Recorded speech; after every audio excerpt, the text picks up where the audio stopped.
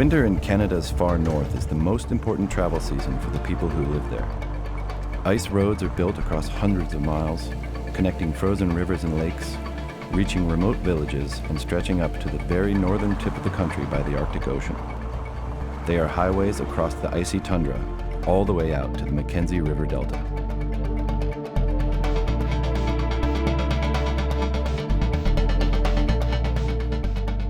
These are roads to solitude, roads that disappear from the map completely as soon as the ice melts in spring.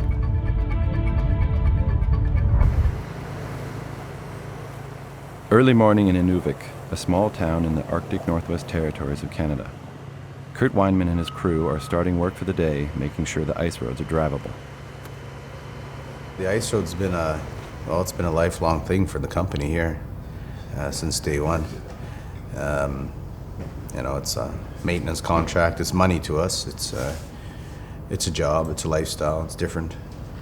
Not everywhere in the world people build ice roads to get to community, right? Everything around here is winter-based work. To do any exploration, to do anything going forward. Access to the oil fields out in the Ellis Island, out in the ocean area, right? It's been a meaningful. Me and the ice road have had meaningful relationship most of my life. We started off with one plow truck and one semi. Ended up to got about 350 pieces of equipment now. We started around December 1st, we start checking ice. By December 10th, we start plowing the roads.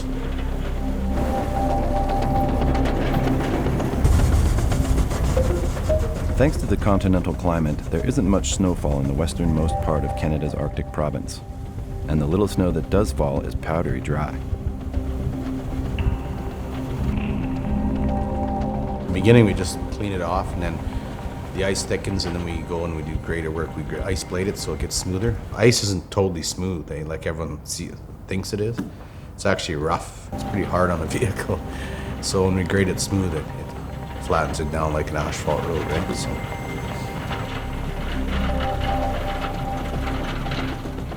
To do that, they attach massive steel planers to the front and sides of the snowplows. Kurt and his crew often need to drive back and forth several times to make absolutely sure the roads are wide enough. It's got to be 100 feet wide to accommodate the weight. You can go narrower, but it doesn't work. It's got to be at 100 feet wide to hold the flotation. If this was your ice road and this was your sides, it floats up, right? And the sides break off, eh? Because this is like a ship, it floats, right? And the sides break off and they fall down and they don't gain any insight. Or they lean like this and there's always water in the cracks, right? You want to haul heavy transport loads, it's most likely mid-February to the end of February till the ice builds naturally on its own thick enough, right? We do profiling with GPRs. We profile the ice to see the thicknesses.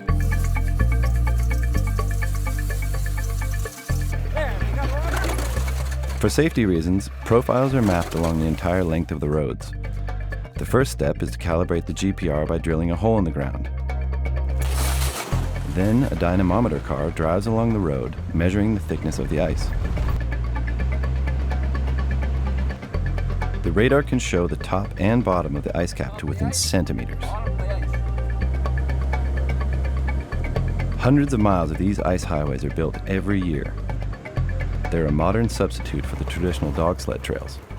We use it for everything. We play on the ice road, we sled on the ice road, we boat in the summer when there's no ice road.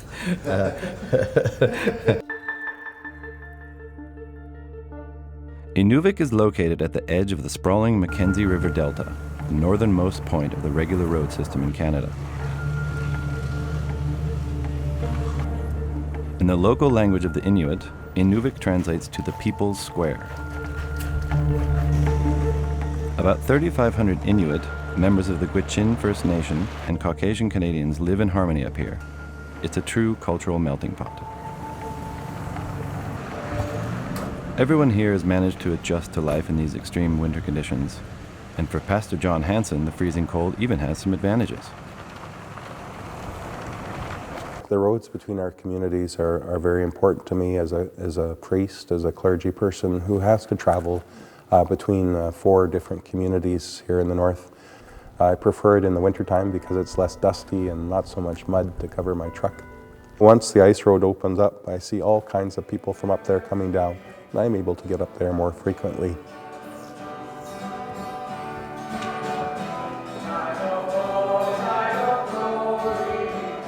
It was Father Adam's idea to build a church that represented the culture of the local people here.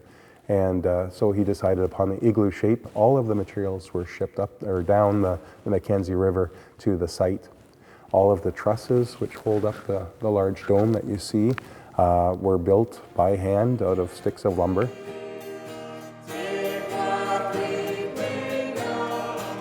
These days, it's no longer just Inuit who come to the church. A number of Filipino settlers also attend.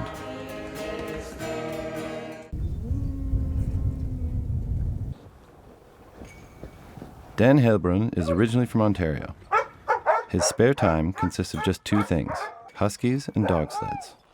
The most important means of transportation before people began using the ice roads. Wait a second.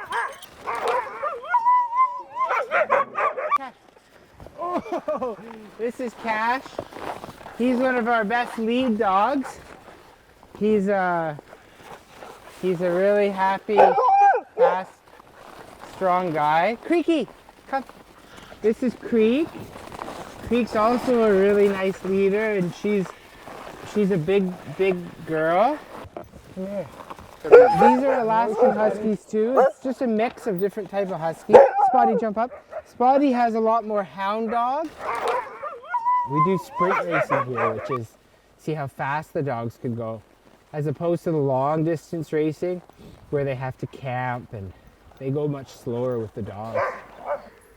Before a short sprint race, which is about 16 kilometers, they will only drink plain soup, plain beef soup for about 24 hours before the race. They don't eat anything solid because we want their stomachs and intestines to be free from all sorts of obstruction. In the last 10 years or so, there's been 4 or 5 different dog teams that have quit because it's very expensive and it takes everyday dedication to give the dogs breakfast and run them 3-4 times a week. It costs thousands of dollars a year just for a dozen dogs and thousands of dollars. But I love the dogs. They're always in a good mood and they're always lots of fun, and we go out there, we play with them every day, and it keeps me healthy all winter, and it keeps me sleeping really well in the dark winter. Yeah, it's a very healthy for the mind and body. Living with dogs may be the healthier alternative, but the trend these days for transport and winter sports is snowmobiles. Young people like James and Sean love them, working tirelessly on their racing machines at night. In late winter, toward the end of March, they compete in snowmobile races between the villages of the Delta. When it comes to this time of year, everyone think about competition. Everybody is allowed to. You just pay your entry fee, and then you have a chance to quadruple it or whatever. It's a pretty good time of year. Yeah. Everybody looks forward to this time of year every year. Yeah. You got to save lots of money for this time of year. It's hard on the pocket now, and you try to be a racer and all that.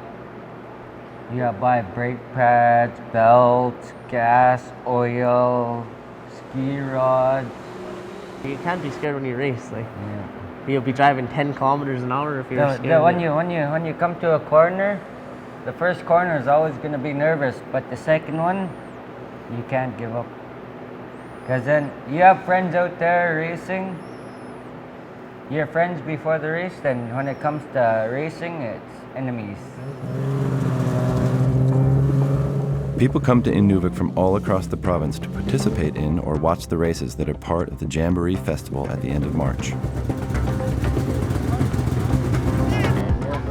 come down the stretch and shoot across over the ice road and onto the other side, and it gets windy a little bit. The first place is $4,000, I believe. Yeah.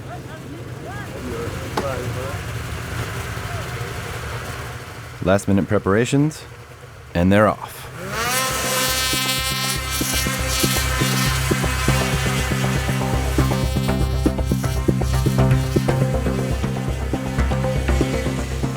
The course runs parallel to the ice road right outside of town.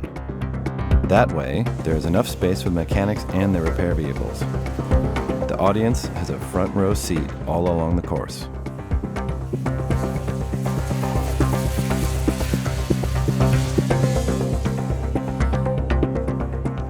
Depending on the race, drivers have to race around the course 25 to 40 times. Tactics are key here, but physical strength helps on the jumps and bumps as well. James has to end the race early. He's dislocated his shoulder and needs to go to the hospital.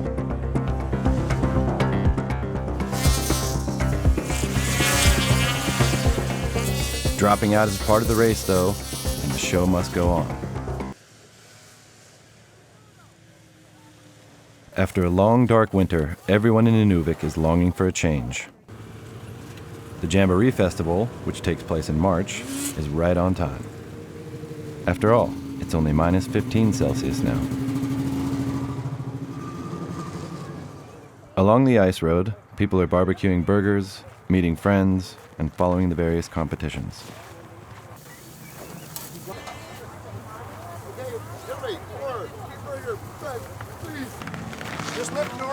Traditional dishes are also popular, including caribou soup or sweet pastries deep fried in hot oil. People here call them Eskimo donuts.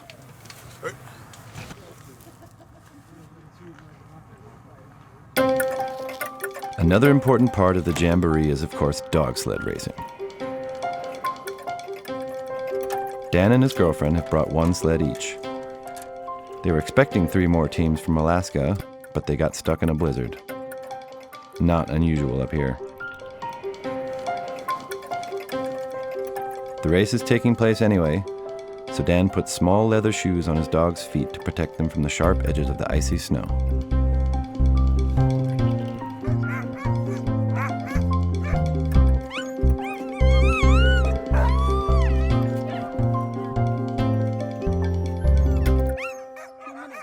One minute to start. 1 minute. 1 minute. 1 minute to start.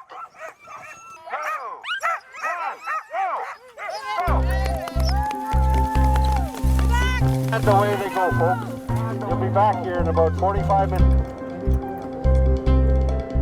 The race course parallels the ice highway for 5 miles, turning the entire stretch into a mobile grandstand.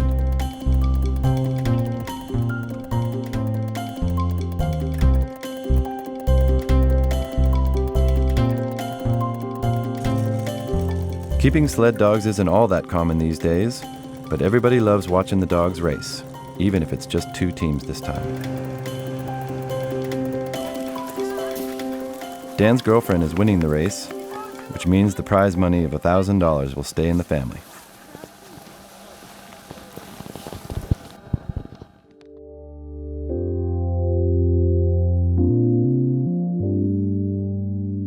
Canada's winter roads start down south, where a paved road leads from Whitehorse up to Dawson City. From there to Inuvik, the so-called Dempster Highway is just a gravel road covered by snow and ice through 450 miles of uninhabited wilderness. During winter, the road north turns into a magical journey through a wondrous world of ice.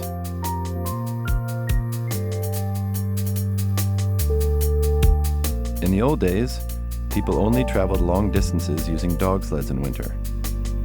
In summer, the tundra was just a swampland without any roads. In the 1950s, people tried for the first time to bore their way into the wilderness using machines.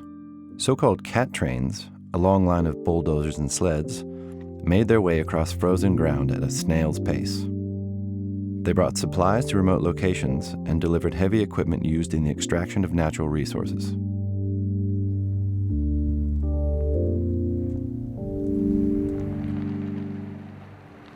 the mid-1950s, people then built the first road to Dawson City, a former gold mining town on the Klondike. The little town has kept much of its flair from the pioneer days, but there is still no bridge across the Yukon in summer, just a ferry boat going back and forth. In winter, there is an ice road for 5 months.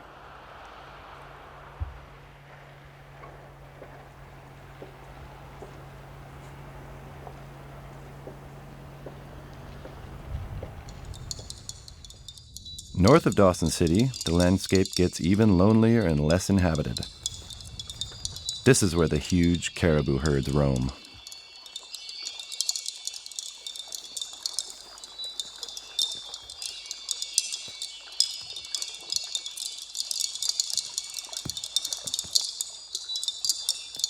The so-called porcupine herd alone consists of 120 to 170,000 animals. Every year, they migrate over 1,300 miles between Alaska and the Yukon province. It's an Arctic spectacle of nature that's been going on for thousands of years.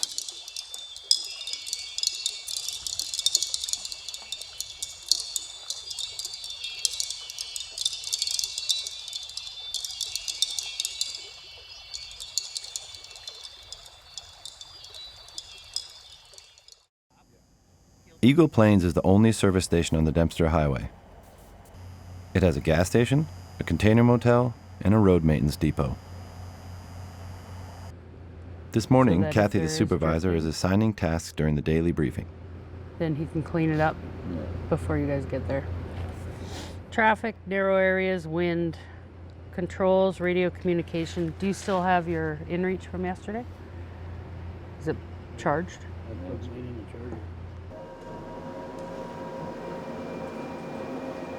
Kathy and her guys have to make sure the roads are passable all winter long, and they are responsible for 130 miles of highway up to the border of the Northwest Territories.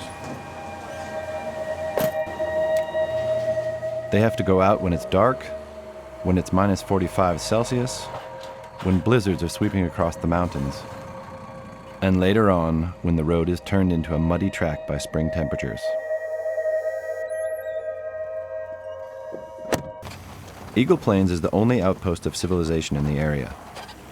The next town, Dawson City, is about 250 miles away, and the journey there is fraught with danger. We are on a road check right now, and what I'm looking for normally is any broken down vehicles. There could be people that have been stranded overnight. Sometimes people aren't prepared for this road. They don't have the proper footwear. They don't carry a shovel with them. They don't have chains.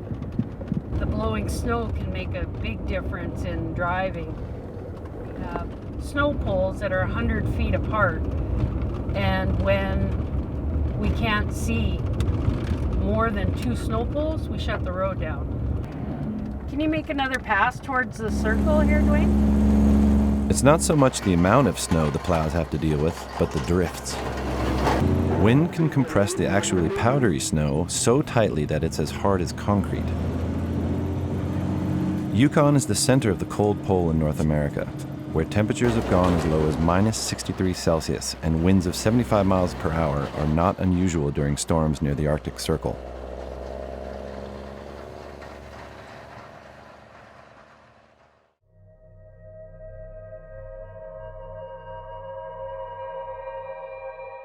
Trees in the Richardson Mountains can't survive this kind of climate, and for truckers, this glistening emptiness makes it difficult to navigate. The mountains turn into Sahara-like dunes of snow, and the vast landscape is reduced to just a few lines.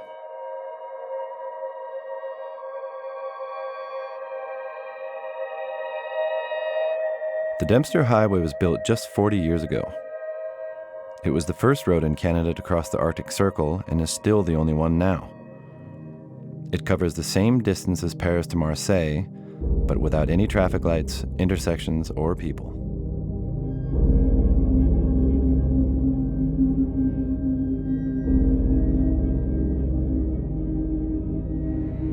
On the northern flank of the mountains, the highway leads into the vast delta of the Mackenzie River. It's a maze of tributaries and lakes known to very few people before the highway was built. Bush pilot Fred Carmichael was one of them.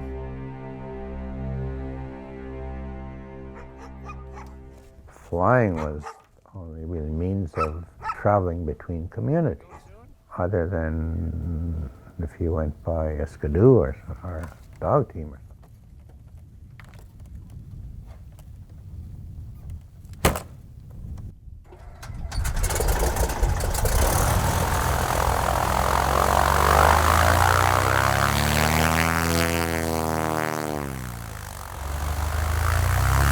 Basically, I left the trap line where I was driving dog team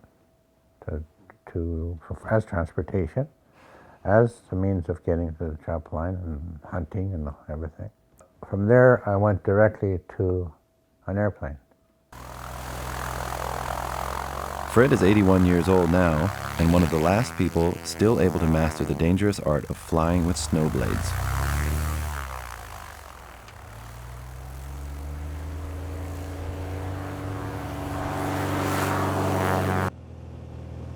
It's, I guess, 61 years now that I've been flying.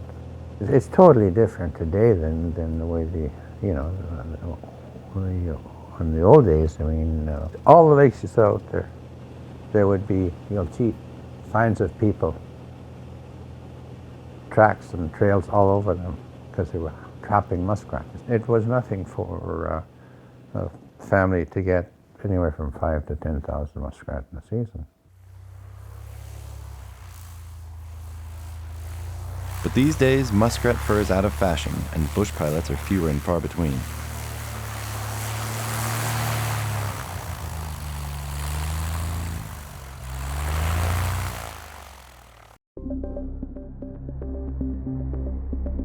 Small roads off the main ice highway take you deeper into the Mackenzie River Delta to the tribal area of the Gwich'in First Nation. Only during winter is the ice thick enough for trucks and emergency vehicles to reach these remote settlements.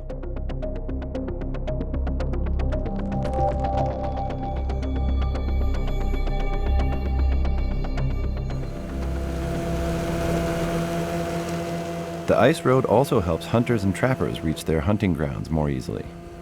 And the delta is teeming with game including muskox, caribou, moose, fox, and beaver.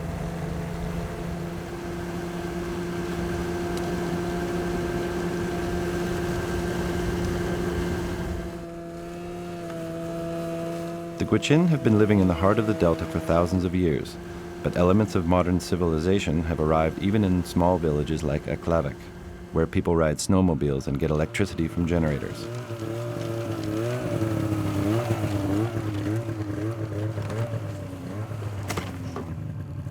Nevertheless, some of the older inhabitants, like Billy Archie, try to maintain a traditional lifestyle as hunters and trappers.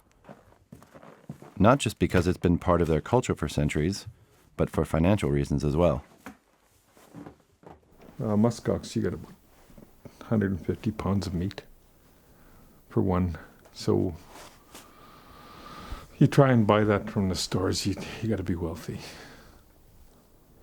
They make good burgers. So at the end, I mean, that's the way it is. We got to keep our deep freezers full, and never know. There's times when the caribou or animals don't come near, and it has happened. My generation growing up back when the prices of foxes were like $300, now you'd be lucky to get $20. Our people were so independent at one time, living off of the land, and it is a challenge for communities adapting. Boom and bust with oil and gas. Our community back in the day was around 1,000 people. Now we're down to 600. So young folks getting their education, moving on, and getting a career in Inuvik or Yellowknife or Whitehorse. Back to the ice road and the jamboree, where people are waiting excitedly on this particular Sunday night. Many of them have come all the way from town to the Delta for the special event in which the reindeer are brought out to their summer pasture.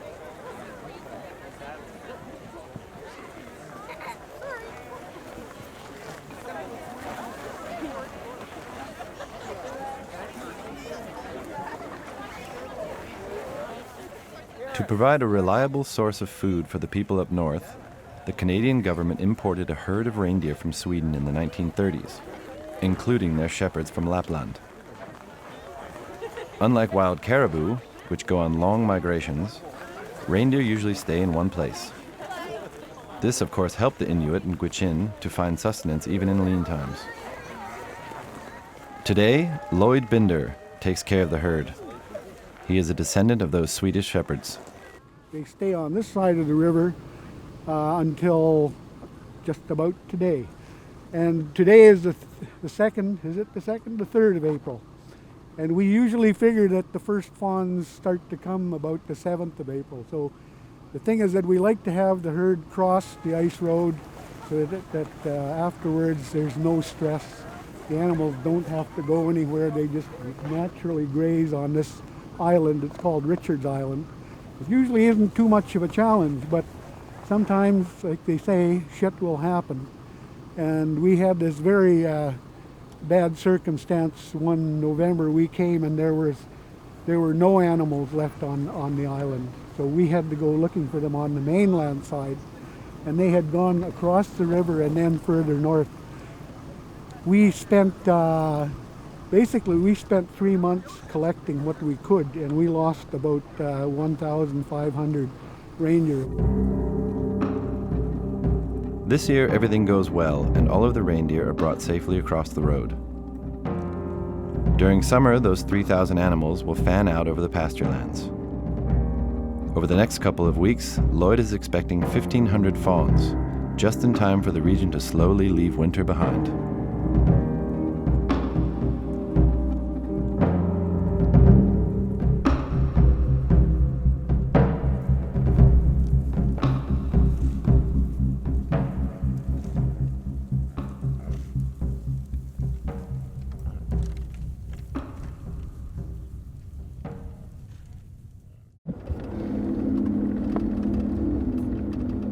The next morning, we get an idea of just how hard the winter can be here, even in April. It's minus 25 degrees Celsius in Inuvik. It's windy, cloudy, and there are snow flurries. But during the long winter months, it's even darker, colder, and more depressing up here.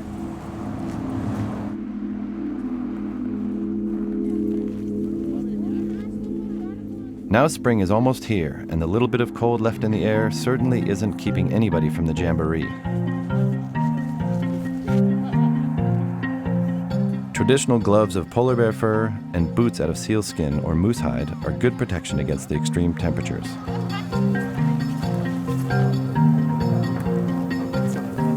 Let the games and the festivities begin.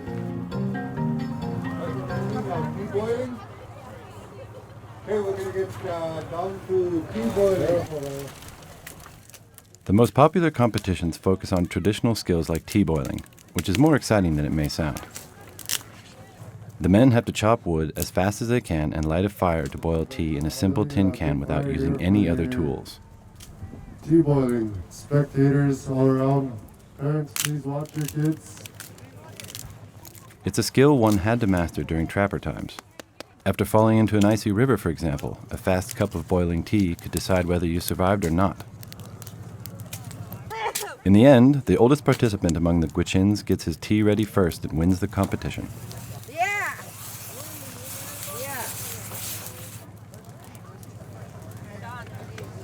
Afterwards, everyone has a sip.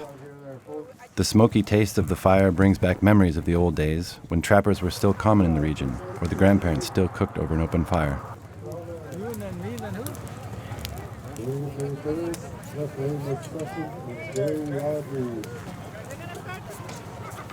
The audience is even more excited about the next competition: muskrat skinning. It was an everyday skill for the older people in the crowd, who still witnessed the heyday of trapping in the Delta. But for the younger folks, it still takes a bit of getting used to. Get set. Go. The fluffy pelts of the muskrat were once the most important article of commerce in this region. And once again, it is an older participant who wins the competition, taking only 30 seconds to skin the whole animal. What you got there? Melba, you want to come and get your prize at the stage?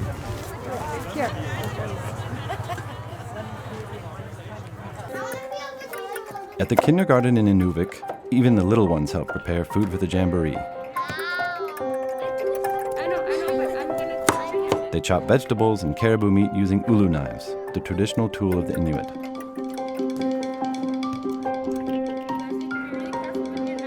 Ulus are as sharp as razor blades, but the kids seem to know exactly what they're doing.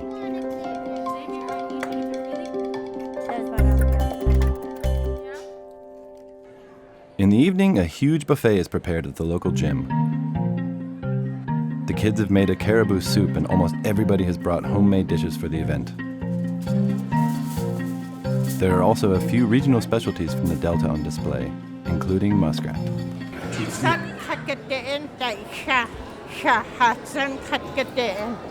They trap the muskrats in the muskrat houses, and then they skin them, and then they cook them. Yeah, and they even have the tail there. We do have that, that's a delicacy.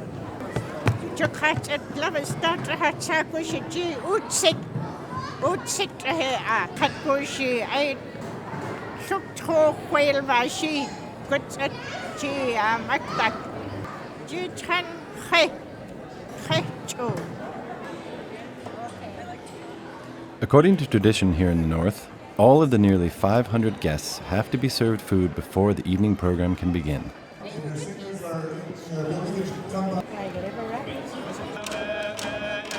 After the meal, people sing old songs and perform traditional dances for hours on end. The drums set the rhythm. It's hypnotic and archaic. It's a celebration for all generations, and even the youngest are joining in.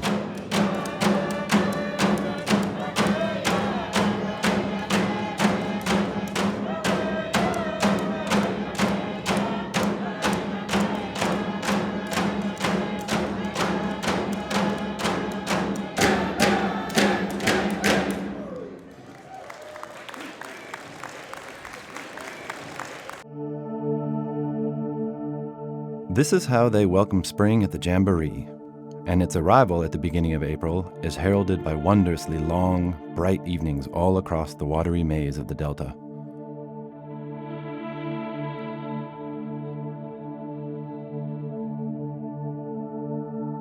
It is almost the end of the season for the ice roads now, just a few more weeks before they melt away once again.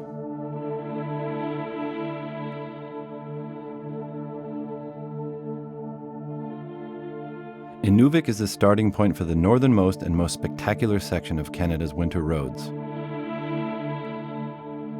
On the easternmost arm of the Mackenzie River, a road of pure ice leads across the delta up to the Arctic Ocean and further across the ice pack to the town of Tuktoyaktuk. The harbor of Inuvik seems frozen in time. Indeed, 6 months of the year, the Mackenzie River is completely covered in ice.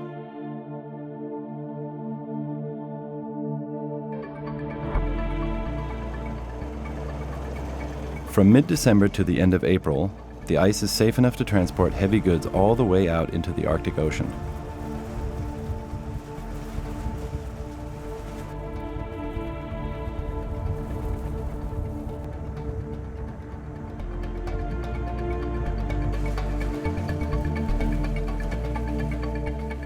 The road seems glassy over vast distances here, and people rarely use spiked tires because the extreme temperatures keep the ice from getting slippery.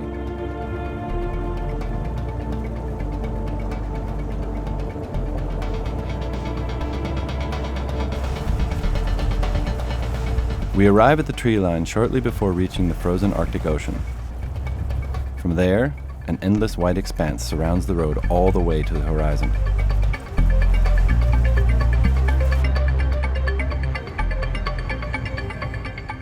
After 115 miles on ice, Tuktoyaktuk finally appears in front of us. It's the northernmost town on the Canadian mainland, a centuries-old Inuit settlement. About 1,000 people live here at the edge of the world, but they do enjoy some modern comforts. The extreme location of the village just requires some extra effort. There are no basements, and houses are built on stilts so they don't sink into the marshy tundra in summer. While Inuvik has central water and gas, Tuk, as the locals call it, has to get fresh water delivered daily by truck. This is the only way to guarantee a living standard that includes a shower or a dishwasher. And the delivery has to be made quickly, otherwise the water will freeze immediately.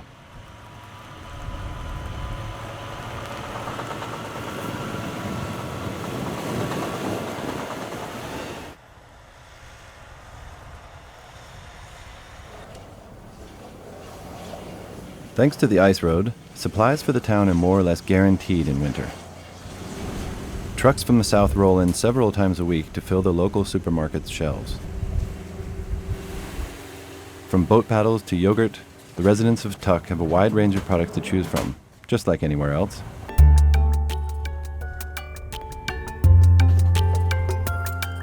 But living on the edge of the world is not easy, especially for children, as social worker Faye Trombley says.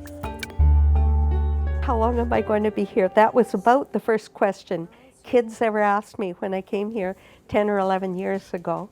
And they said, how long are you going to stay? And that's because usually teachers or nurses or RCMP or people from the south, they're in and they're out, like maybe 6 months, maybe 2 years, but they don't seem to stay very long. So I said, I'm here till my teeth fall out. And I happened to tell that to the bishop, and he said, keep brushing. Kids like to drop in. I have centers of interest that they can enjoy. I've got Wi-Fi. The family might not be able to afford internet connection. Like there are many families in town don't even have a telephone. They might not even have a television, some families. So I try to say, what can I have available in my house that might help them not only to pass the time, but enjoy themselves and be a little bit helpful for them. There's no Catholic priest here, but we have church services on Sundays. The church is at the very far northern tip of Tuk, and in the winter, if it's 30 or 40 below, and you've got 2 or 3 kids to pack up and walk here, it's a big challenge. After all our Sunday services, we have brunch over here and sit around and talk. Like we might talk for 2 or 3 hours. It's lovely. Tuktoyaktuk is a place of extremes. Human warmth and proximity sharply contrast with the fact that this is one of the coldest places on Earth where people can still survive.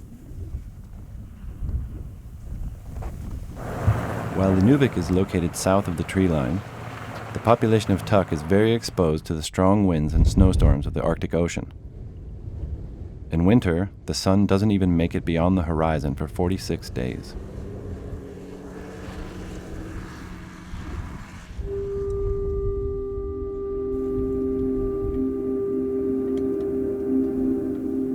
A minor mishap out here can quickly turn into a major problem. But as brutal as nature may be, it is just as beautiful and bizarre to behold. The icy landscape and the frozen ocean are mesmerizing in their melancholic solitude. It's a strange foreign world where nothing is as it appears. The 300-foot hills at the shoreline of Tuktoyaktuk are not actually mountains, but upwelling in the permafrost. They are called pingos, a sort of natural frost boil.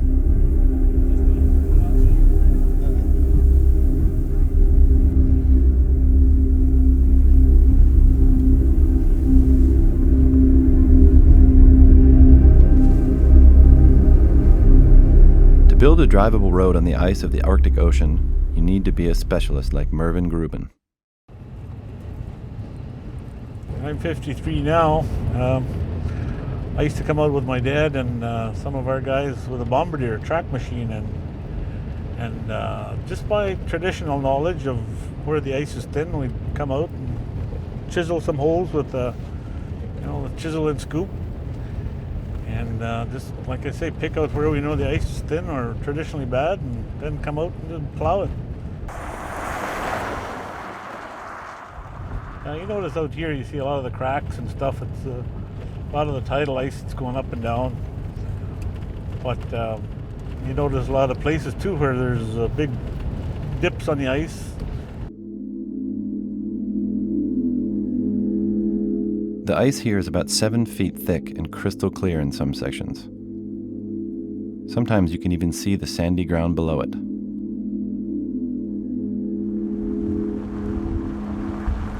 We're totally exposed up here with no windbreak. You look at, you go up further up the river, you're in a river and you have trees and you have some, a lot more protection. You get out here, you see forever, you can keep on driving that way, you'll end up in Russia. Mervyn has worked on the ice highway for 3 decades, but now he is helping to build a new gravel road. This is the start of the Inuvik Highway. This is the first all-weather highway road that reaches the Arctic Ocean in public highway in continent of North America. And this is a significant road as it connects Canada. Canada is surrounded by 3 oceans, the Arctic Ocean up here, the Pacific Ocean to the west, and the Atlantic Ocean to the east. So Canada is now connected by road to the 3 oceans.